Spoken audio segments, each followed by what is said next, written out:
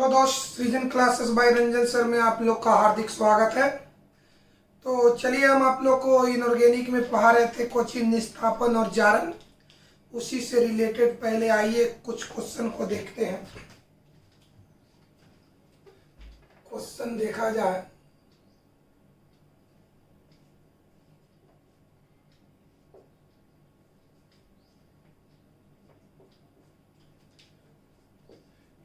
क्या होता है, क्या होता है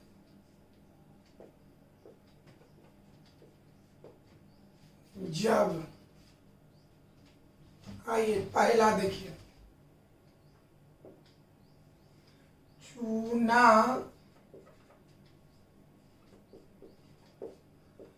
चूना पत्थर को निस्तापित, चूना पत्थर को निस्तापित किया जाता है, किया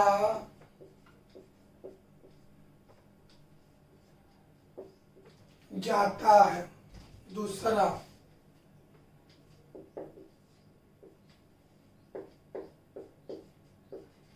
केलामाइन को निस्तापित किया जाता है, निस्तापित किया जाता है।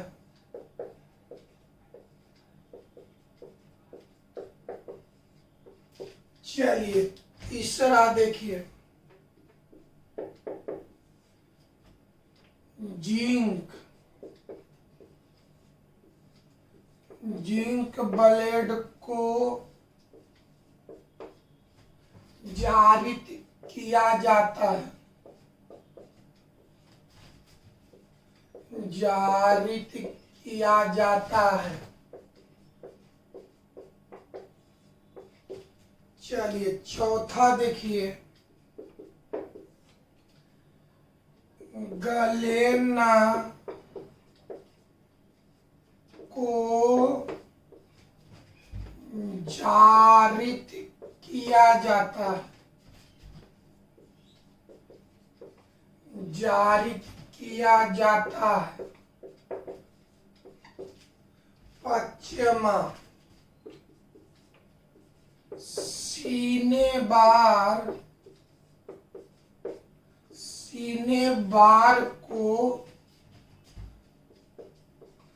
जारित किया जाता है। चलिए इस तरह का आपका ये 5 गो। एक क्या होता है जब, ये पांचों क्वेश्चन के लिए देखिए कैसे कैसे होता है।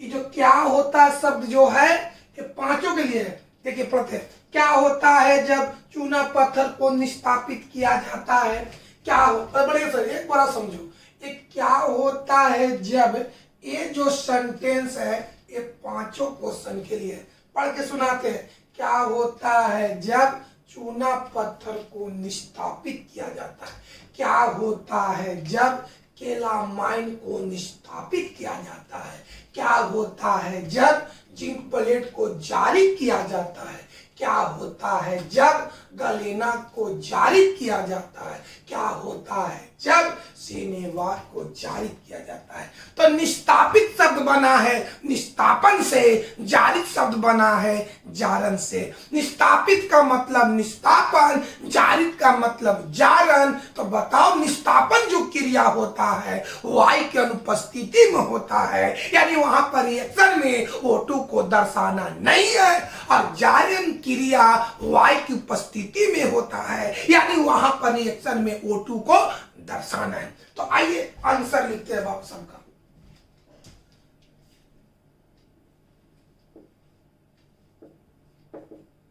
चलो, क्या होता है जब चूना पत्थर, चूना पत्थर का सूत्र बोला जाए बाबू, CaCO3। चलिए किसका सूत्र है, चूना पत्थर। चलो चूना पत्थर को निस्तापित करना है, मतलब निस्तापन, तो निस्तापन वायु की और अनुपस्थिति में होता है, यानी यहाँ पर O2 दिखाएंगे नहीं। तो चूना पत्थर को हम क्या करेंगे बाबू, निस्तापन करेंगे। तो याद करो यहां पर बता CO3 है यानी कार्बोनेट है, तो कार्बोनेट को हम निस्तापन करेंगे तो ऑक्साइड बदल जाएगा, यानी CaCO3 बदल जाएगा। कुछ बाबू ये CO3 माने कार्बोनेट बदलता है ऑक्साइड में, यानी CaCO3 माने CO3 की जगह O आ जाएगा, प्लस CO3 में ऑक्सीजन निकल गया, ये आपका गर्म होकर उड़ जाएगा, इसका नाम है काली चूना। चलिए अगर एग्जाम में आ जाए कि क्या होता है जब चूना पत्थर को निस्तापित किया जाता है, तब उसका आंसर आपको ये देना होगा, ऐसे देना होगा। ये आपका हो गया पहला का आंसर, ऐसे हो गया जो हम आपको एक बार बता चुके हैं। अब आइए उसी तरह से दूसरा, क्या होता है जब केलामाइन को निस्तापित किया जाता है, तो केलामाइन कहते हैं जिंक कार्बोनेट को, यानी ZnCO3, यानी अब बताओ बाबू ZnCO3 को जब निस्तापन करेंगे तो ZnCO3 यानी कार्बोनेट बदल जाएगा ऑक्साइड में, यानी ZnCO3 को लिखेंगे ZnO। आइए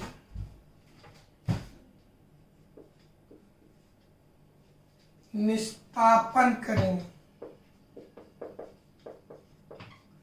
बोलो कि CO3 का स्थान पर वो होगा, माने CO3 में एक ऑक्सीजन निकल गया तब बचा, चलिए इसका नाम हो गया केलामाइन।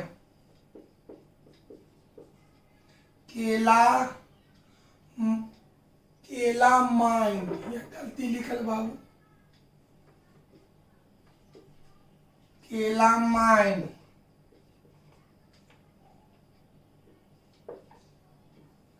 ये हो गया जिंकाइट,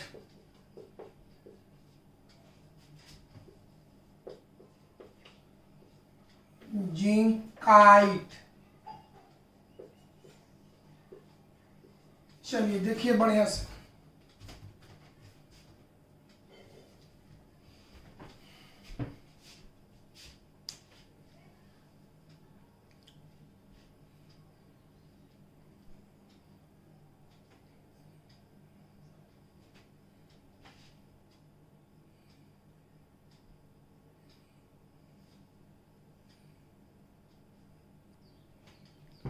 चलिए तीसरा देखिए,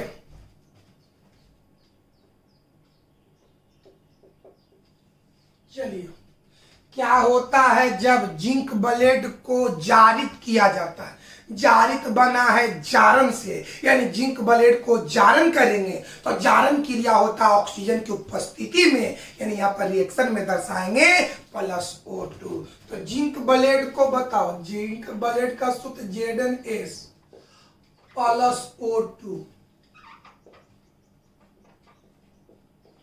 अब हमको बताओ कि जब जिंक की, बताओ बाबू जिंक ब्लेड लास्ट में एस है, यानी जिंक ब्लेड सल्फाइड के रूप में है, तो याद करो जब सल्फाइड को जारन करेंगे तो ऑक्साइड में बदल जाएगा, यानी ये बताओ यहाँ पर जिंक ब्लेड किस रूप में है, सल्फाइड के रूप में है, तो जब जारन करेंगे तो सल्फाइड बदल जाएगा ऑक्साइड में, यानी ZnS के जगह हो जाएगा ZnO प्लस ए सल्फर ऑक्सीजन में जलेगा तो बनाएगा CO2 गैस, उड़ जाएगा। अब बैलेंस किया जाए, यहां पर लिखेंगे 2 से गुना, ऐसा करने से जिंक 2 हो गया, तो यहां भी 2 से गुना कर, ऐसा करने से जिंक 2 हो गया, लेकिन सल्फर भी 2, यहाँ 2 से गुना कर दो, ऐसा करने से ऑक्सीजन 2 दूनी 4 और 2 6, या 3 से गुना हो गया। अब चलिए चौथी, चौथा बाबू, क्या होता है जब गलेना को जारित किया जाता है, यानी जारण करते हैं, तो जारण ऑक्सीजन की उपस्थिति में होता है, यानी यहां पर रिएक्शन में हम +O2 दिखाएंगे। तो गलेना का सूत्र बोलो, PbS +O2। कोई दिक्कत है बाबू? आइए बाबू, तो क्या यहाँ पर जारण लिखेंगे, तो बता इसका नाम है गलेना। ये बता बाबू, गलेना सल्फाइड के रूप में, अगर एस रहा तो सल्फाइड, गलेना सल्फाइड के रूप में सल्फाइड अयस्क का जारण करेंगे तो ऑक्साइड में बदल जाएगा, यानी PbS के जगह PbO हो जाएगा। प्लस एस ऑक्सीजन से अभिक्रिया करेगा, ये बास बनकर उड़ेगा। इसी तरह से बैलेंस करो, दू दू दू 3। अब आइए याद करो, क्या होता है जब सीनेवार को क्या होता है जब सीनेवार को जारित किया जाता है, यानी जारण करते हैं। तो सीनेवार का सूत्र हो गया HgS, है ना बाबू। चलिए, जारण होता ऑक्सीजन की उपस्थिति में। चलिए, तो जी इसका नाम हो गया सीनेवार।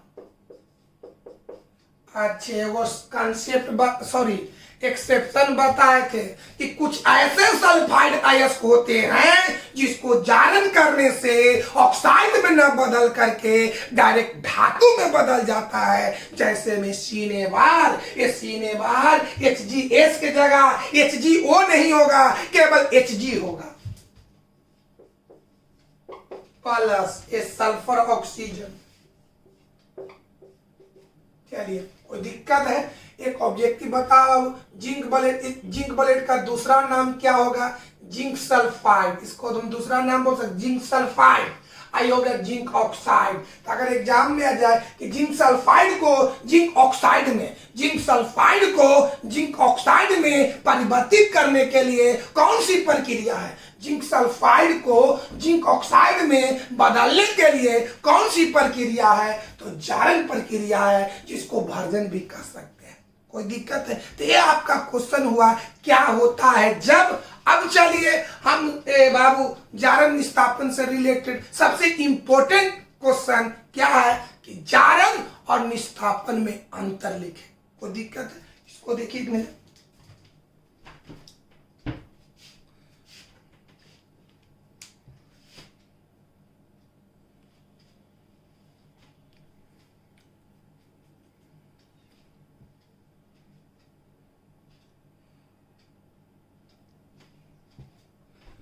दोस्त, निस्तापन और जारण में अंतर लिखे, सबसे इंपॉर्टेंट क्वेश्चन है बाबू।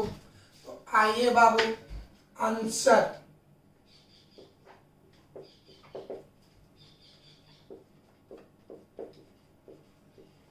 निस्तापन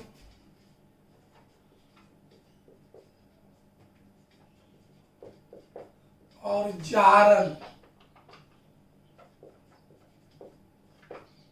निस्तापन और जारण में अंतर इस प्रकार है।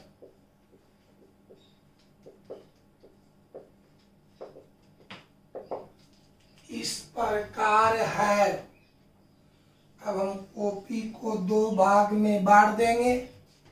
एक में लिखेंगे निस्तापन,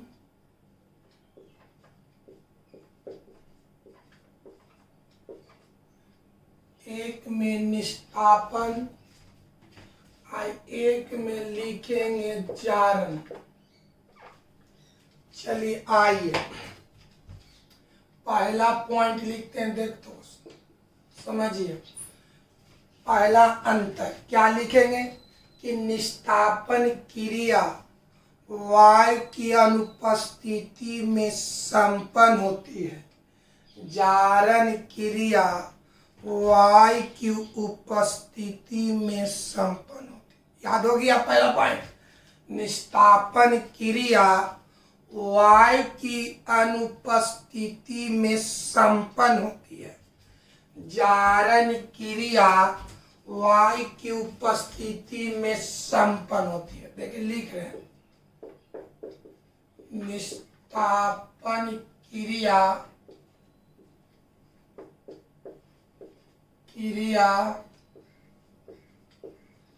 वायु की अनुपस्थिति, बाय थोड़ा सा इसको इधर कर दो होगा, निस्तापन क्रिया वायु की अनुपस्थिति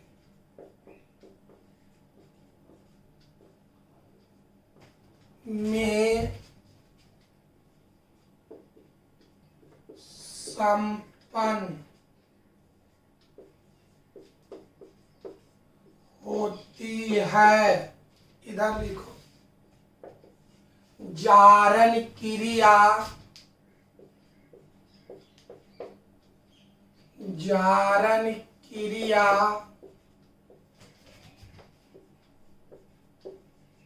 वायु की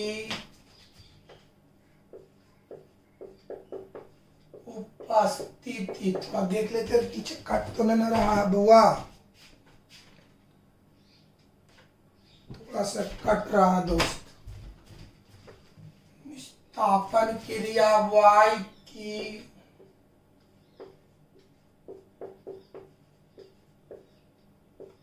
उपस्थिति में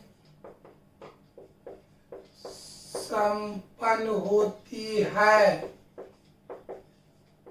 चलिए एक अंतर याद हुआ, पहला अंतर है कि निस्तापन क्रिया वायु की अनुपस्थिति में संपन्न होती है, जारण क्रिया वायु की उपस्थिति में संपन्न होती है। अब चलिए दूसरा अंतर कि इस क्रिया में, माने कौन क्रिया में, निस्तापन क्रिया में, इस क्रिया में मुख्य रूप से कार्बोनेट अयस्क भाग लेता है। इधर लिखेंगे, इस क्रिया में मुख्य रूप से सल्फाइड अयस्क भाग लेता है। माने निस्तापन क्रिया में मुख्य रूप से कौन भाग लेता है, कार्बोनेट अयस्क भाग लेता है, और जारण क्रिया में मुख्य रूप से सल्फाइड अयस्क भाग लेता है। आइए बाबू चलिए समझिए दूसरा पॉइंट, इस क्रिया में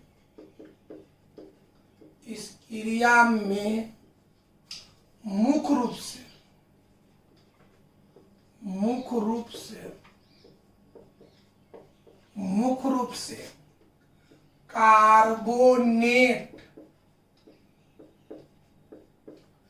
कार्बोनेट अयस्क भाग लेता है। इधर आइए दूसरा पॉइंट, इस क्रिया माने जारण क्रिया, इस क्रिया में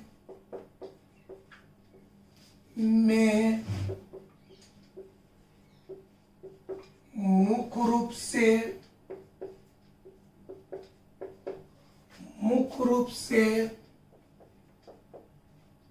सल्फाइड अयस्क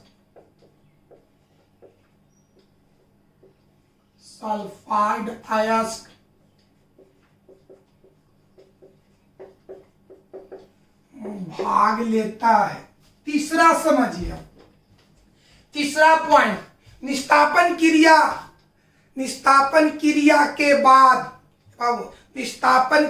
के बाद जो अयस्क प्राप्त होता है उसे निस्तापित अयस्क कहते हैं। बढ़िया समझो, निस्तापन क्रिया को संपन्न होने से या निस्तापन क्रिया संपन्न होने के बाद जो अयस्क प्राप्त होता है उसे निस्तापित अयस्क कहते हैं। क्या लिखेंगे कि यह क्रिया को संपन्न होने से माने निस्तापन क्रिया को संपन्न होने से प्राप्त आयस्क को निस्तापित आयस्क कहा जाता है। और जारण क्रिया को संपन्न होने से प्राप्त आयस्क को जारित आयस्क कहते हैं। तीसरा पॉइंट, निस्तापन क्रिया को संपन्न होने से प्राप्त आयस्क को निस्तापित आयस्क कहते हैं और जारण क्रिया को संपन्न होने से प्राप्त आयस्क को जारित आयस्क कहा जाता है। तीसरा पॉइंट, तीसरा निस्तापन निस्तापन क्रिया को संपन्न होने से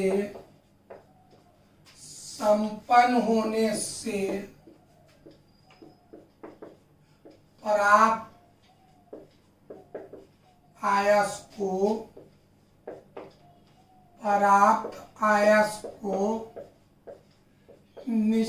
निस्तापित आयस्क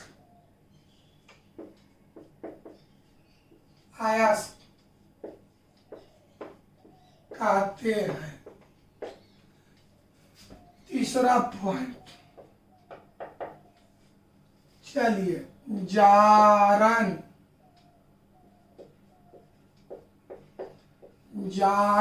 क्रिया को संपन्न होने से प्राप्त आयस्क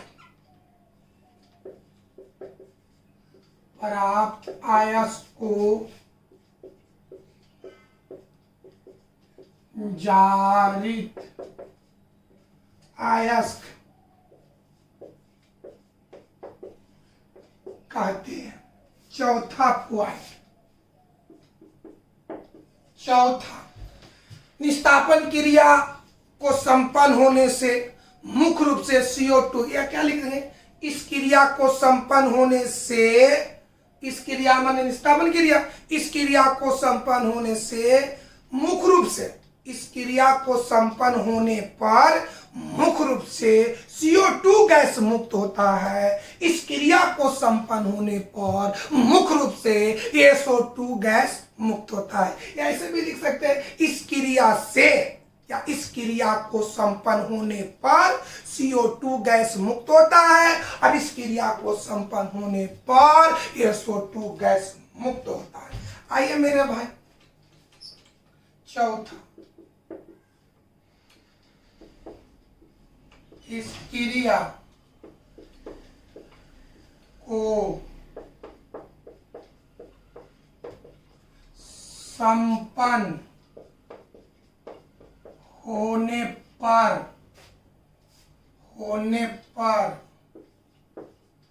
मुख्य रूप से CO2 गैस मुक्त होता है। चलिए पटी आइए, इस क्रिया माने जारण क्रिया को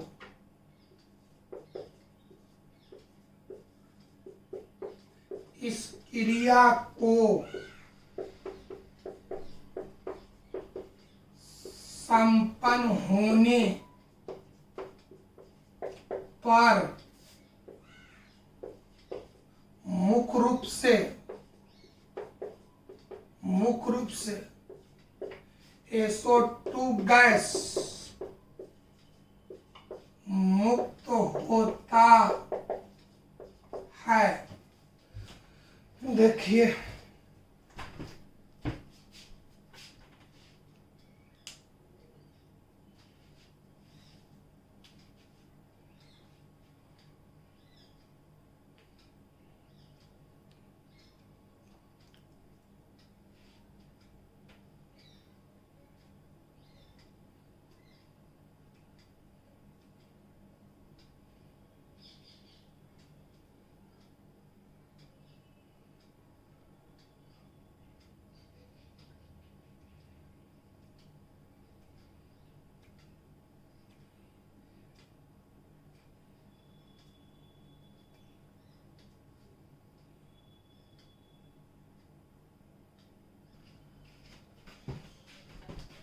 आइए बाबू अगला क्वेश्चन देखिए।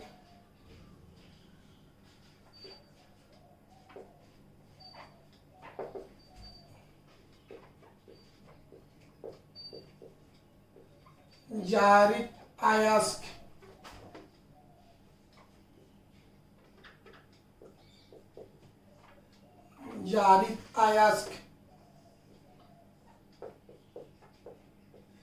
किसे कहते हैं?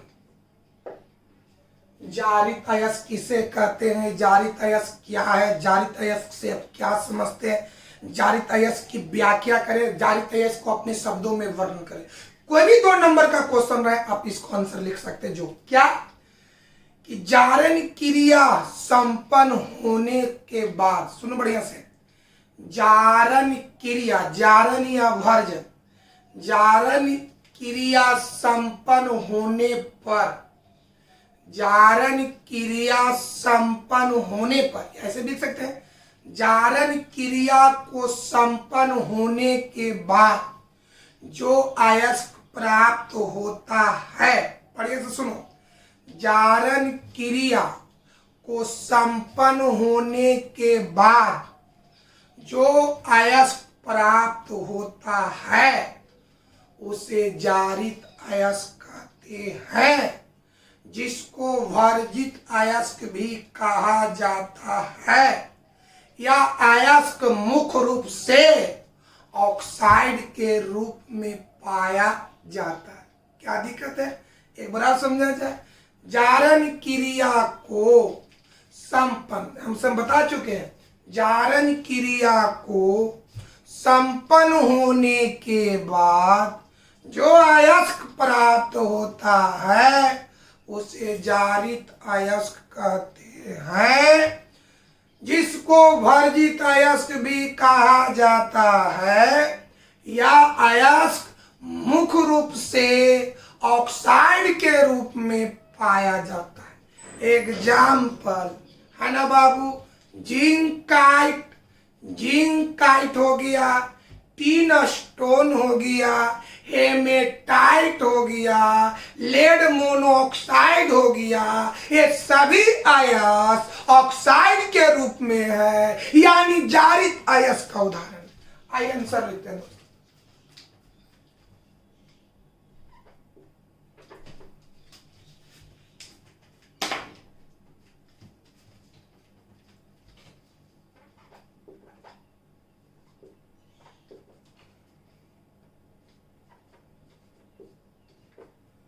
जारण क्रिया,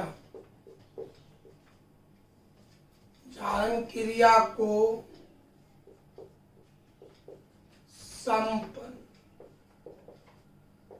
संपन्न होने के बाद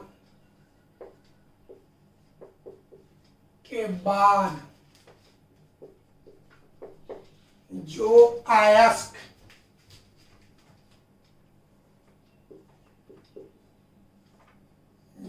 अयस्क प्राप्त होता है उसे जारित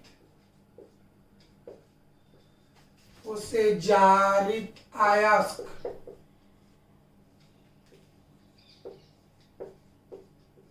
कहते हैं, जिसको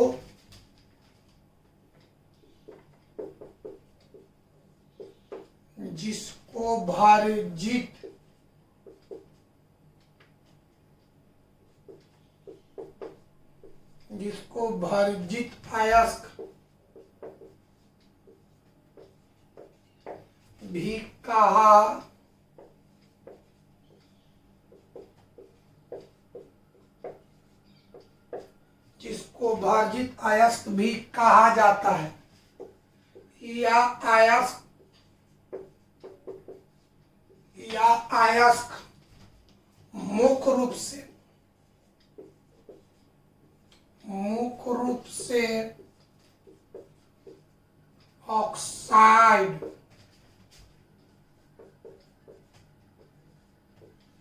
ऑक्साइड के रूप में पाया जाता है। एग्जाम्पल जिंक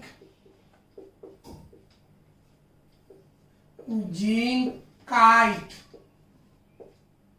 का सूत्र होता है ZnO, माने ऑक्साइड के, माने जिंक काइट ऑक्साइड के रूप में है, यानी जिंक काइट जारित अयस्क का उदाहरण। 3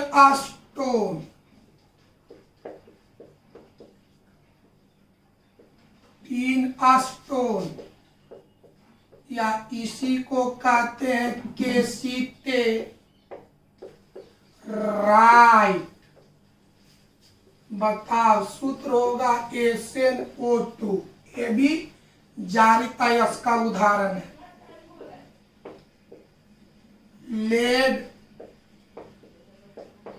लेड मोनोऑक्साइड, ये सूत्र होगा PbO। तीसरा हेमेटाइट,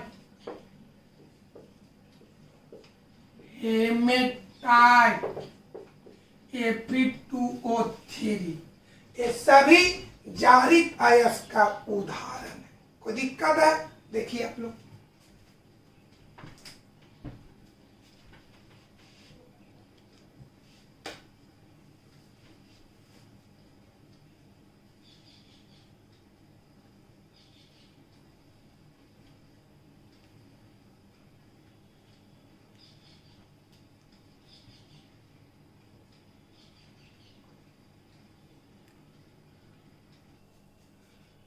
हाँ दोस्त, अब आइए इससे रिलेटेड कुछ ऑब्जेक्टिव देखिए। पहला ऑब्जेक्टिव, जारण का मुख्य कार्य है।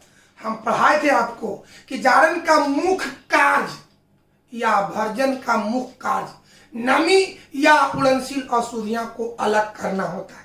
ये लिखाए थे, जारण का मुख्य कार्य नमी या उड़नशील अशुद्धियां को अलग करना होता है। चाहे तो वो नमी को अलग करता है या उड़नशील अशुद्धियां को अलग करता है। तो देखिए, जारण का मुख्य कार्य कुछ है, धातुमल बनाना, अवकरण, ऑक्सीकरण, उड़नशील अशुद्धियां को हटाना। यानी जारण का मुख्य कार्य उड़नशील अशुद्धियां को हटाना होता है, यानी आंसर ये होगा। कोई दिक्कत बाबू? देखिए,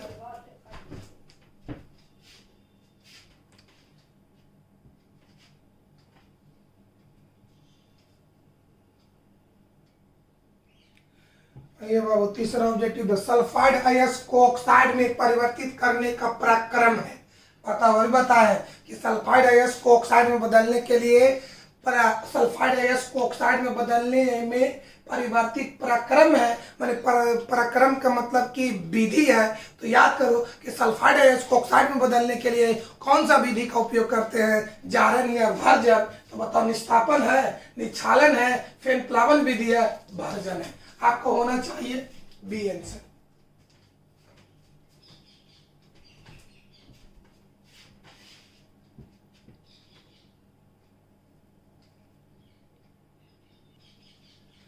चलिए लास्ट ऑब्जेक्टिव देखिए, निम्नलिखित में से किसके धातु कर्म में थर्माइट विधि का प्रयोग किया जाता है। धातु कर्म का मतलब धातु को प्राप्त करने में।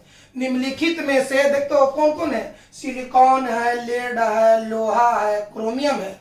तो कहता है कि चारों में से, ये चारों धातुओं में से किस धातु को प्राप्त करने में थर्माइट विधि का प्रयोग किया जाता है। तो आपको याद होना चाहिए कि थर्माइट विधि का प्रयोग दो धातु में किया जाता है, मैग्नीज और क्रोमियम। मतलब मैग्नीज का संकेत Mn और क्रोमियम का संकेत Cr। तो में मैग्नीज नहीं है, क्रोमियम है। याद करो, धातु कर्म का मतलब कि निम्नलिखित में से किस धातु को प्राप्त करने में, कि निम्नलिखित का मतलब चारों में से किस धातु को प्राप्त करने में थर्माइट विधि का प्रयोग किया जाता है। तो थर्माइट विधि का प्रयोग दो चीज में किया जाता है, तो धातु में किया जाता है, क्रोमियम और मैग्नीज। इसमें मैग्नीज नहीं है, तो सिर्फ होना चाहिए।